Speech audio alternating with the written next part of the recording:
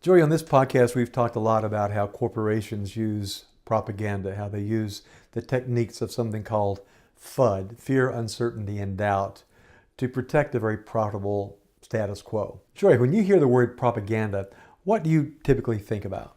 Put me on the spot here. I guess 30s and 40s, 50s, America, big tobacco, that whole time frame.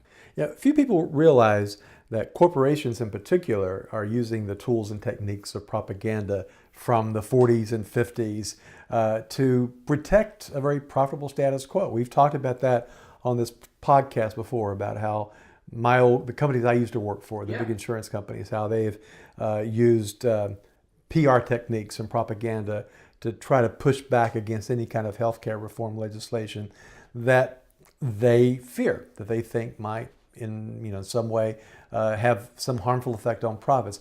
But it's not just corporations like Cigna and Humana, like I used to work for, that are using the tools and techniques of propaganda for their own purposes. Organizations that people think of very positively are doing the same thing, like the American Dental Association. Yeah, when I hear the American Dental Association, I think of them as being kind of on the consumer side. They put their seal on toothpaste and different flossing stuff. And exactly. Yeah, and that makes you trust them because you're used to connecting their name with a good product. Right. If your toothpaste has got the ADA seal of approval, then you think it's okay to use that. Absolutely. And these are the good guys. They're wearing the white hats.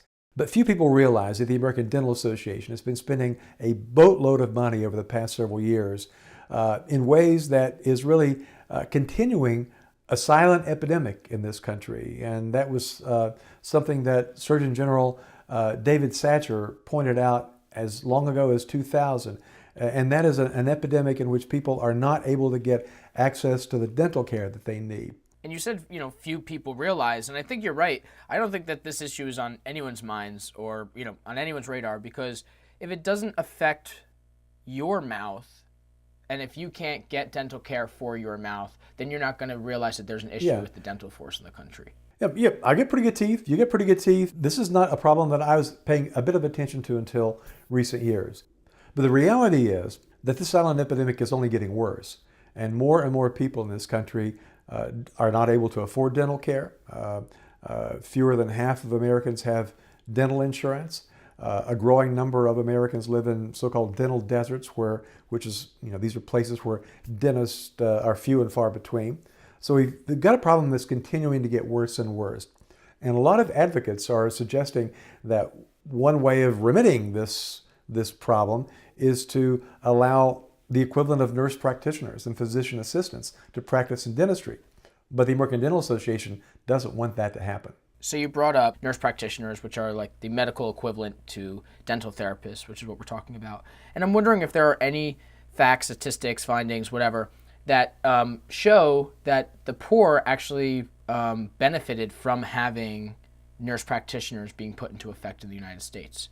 Oh, absolutely. It was not so many years ago that we didn't even have nurse practitioners and physician assistants in medicine. Organized medicine was initially against it.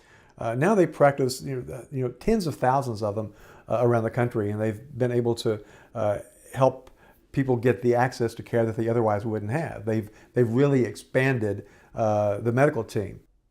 Soon after I became aware of the problem of this dental healthcare crisis, I started doing a lot of research. I've written a lot about it, as you know, over the past few years. Mm-hmm. And I've been following what the ADA has been doing.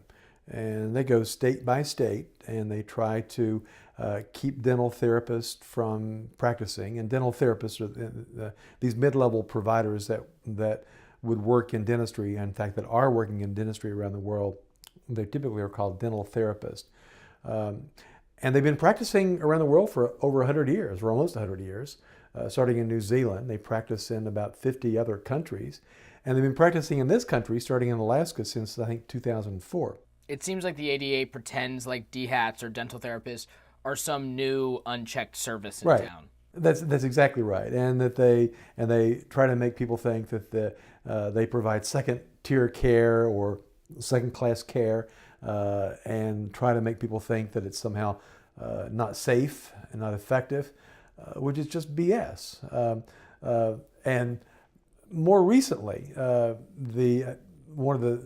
of the things that they're doing came to my attention because of what they're doing on the Virgin Islands. Several states are looking at dental therapists, and more and more of them are beginning to authorize their use, allowing them to practice. Beginning in Alaska, but also Minnesota, Maine, Vermont. They're practicing on travel lands in Washington and Oregon. Some of the more recent states that have passed bills to let them practice are Arizona and Michigan. So more and more states are beginning to look at these and see that they can really make a difference in helping people get the care that they need. But everywhere this happens, the ADA shows up and tries to keep it from happening. And now they're in the Virgin Islands because there's a great need for improved access to dental care in that U.S. territory. So has the ADA had success in sending out their reps and spokespeople? Now they often do.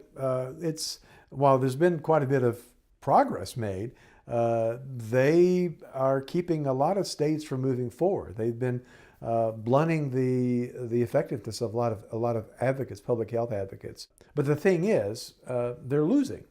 But they're still trying to keep this from happening. Yeah, and even in the U.S. Virgin Islands, just before Christmas, the ADA sent down a woman by the name of Jane Grover. We've seen the footage, and what she's doing is a perfect example of FUD, F-U-D, fear, uncertainty, and doubt. She says things that just simply are not true. She says things that are misleading to try to create this impression that the people of the Virgin Islands should not do this, that this would be a terrible thing, and that the people would be subjected to care that was not top-notch. I mean, she's pretty good at what she does, because if you're not an expert in this area and can't fact-check her in real time, she sounds like she's making really great points, because, I know that I would be on her side if I didn't know any better. Oh, exactly. I mean, you have to know a bit about this, because otherwise you would think, well, what she's saying, that makes sense to me.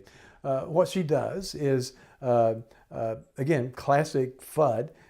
She throws out things that are sometimes half-true, obscuring the true picture of how dental therapists practice and what they're doing. She says, for example, that under the proposed law in the Virgin Islands, dental therapists would be able to perform their work without any direct supervision from a licensed dentist, meaning that a dentist is not even required to be in the same room while a dental therapist performs irreversible surgery. They use that term, irreversible surgery, a lot. And what that means is dental therapists are able to fill teeth and pull teeth, but they call that irreversible surgery. What she doesn't say is that dental therapists get as much, if not more, training in filling cavities and pulling teeth than dentists do in dental school. And she also is obscuring the reality that dental therapists have to practice under the supervision of a dentist wherever they practice in this country.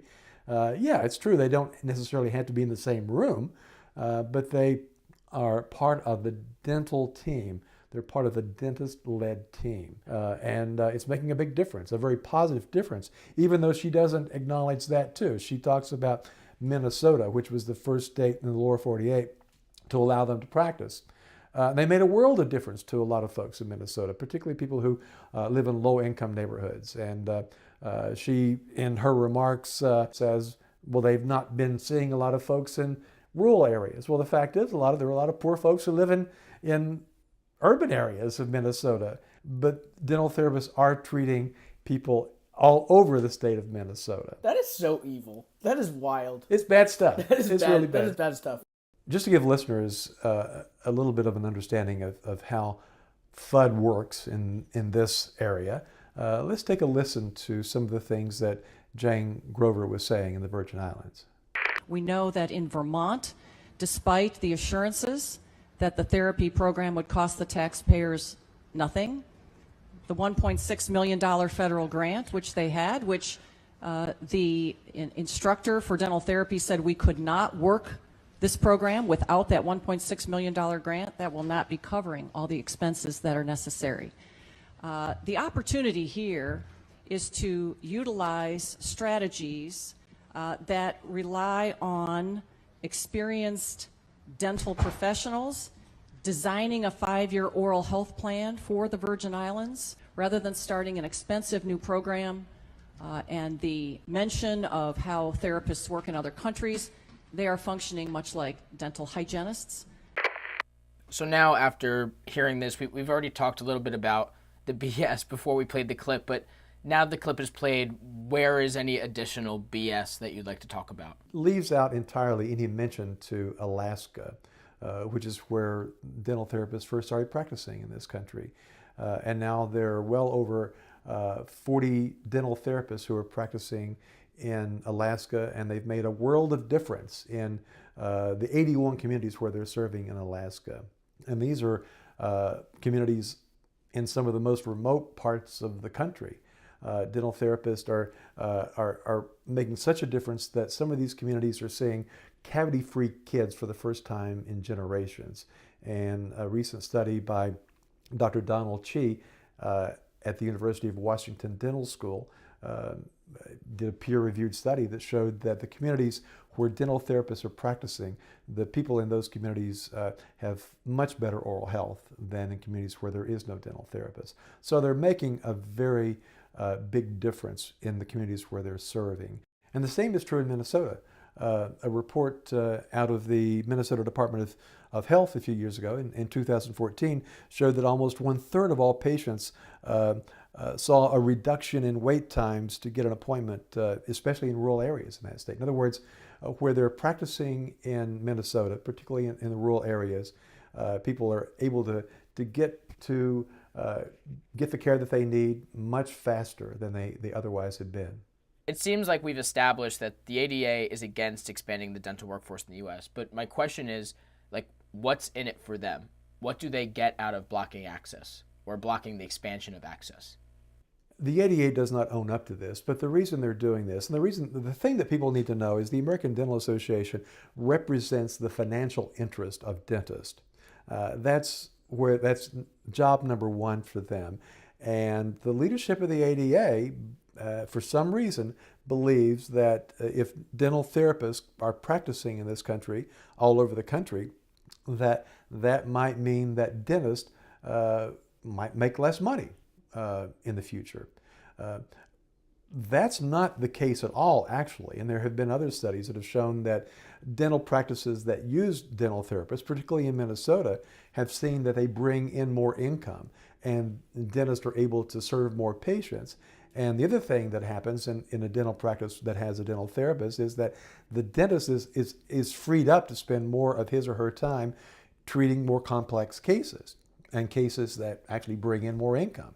So it's a win-win for both the dentist and the community that he or she serves. And again, to go to that connection of the nurse practitioners with DHATs, I'm going to go to a nurse practitioner for a stuffy nose. If I need a heart transplant, if I need my leg amputated, I'm going to go to a doctor. Exactly. And if the nurse practitioner says, Joey, I'm surprised that you're still walking around.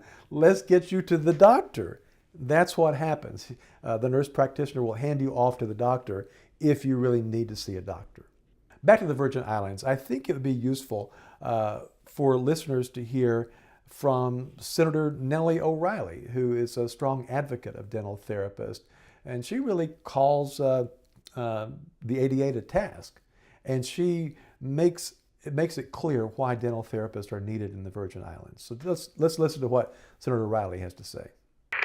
I don't know how else to make my case, except that to tell you that it had not been for the dental therapy bill consideration today, the individuals here to my left would not be here telling you that they have a solution to offer us.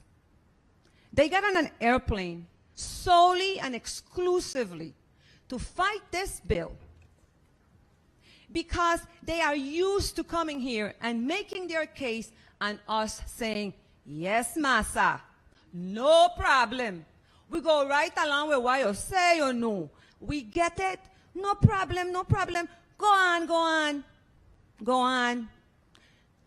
Say no. Say no. The same way the soda and beverage company came in here and made their case against a sugar tax. Say no. Said long gone are the years when senators just bowed to you. Sheesh, Wen. Do you hear this? Because if you cared, and I know you knew, that we held a hearing on the dental therapy bill, and I know you saw the video that showed 25,600 people are waiting for health care. You didn't get on a plane and come down here to tell me you had an alternative. You didn't pick up the phone and call me, the sponsor of the measure. No, you didn't. You worked behind closed doors, trying to influence the decisions of the body. It's okay if it doesn't pass. At the end of the day, we still have 25,600 people that do not have access to dental care. So it's clear from what Senator O'Reilly says, there's a great need for dental therapists in the Virgin Islands, as there's a great need for them all over the country, and more states and territories are looking at this. And I expect that in 2019, we'll see more states move toward allowing them to practice. Will it be the American Dental Association and its well-funded propaganda campaign? Will Senator O'Reilly prevail and her constituents who've been fighting for this now for quite some time? We'll find out pretty soon, because the governor will be the final decider. There's a measure before the governor, Governor Kenneth Mapp, and it's up to him to decide who's going to win. So to close out, I think it's important to remind people why we're talking about this. This is not a reminder to floss. This is a reminder that there are people that pull strings behind the scenes to make us think and act, sometimes against our own interests.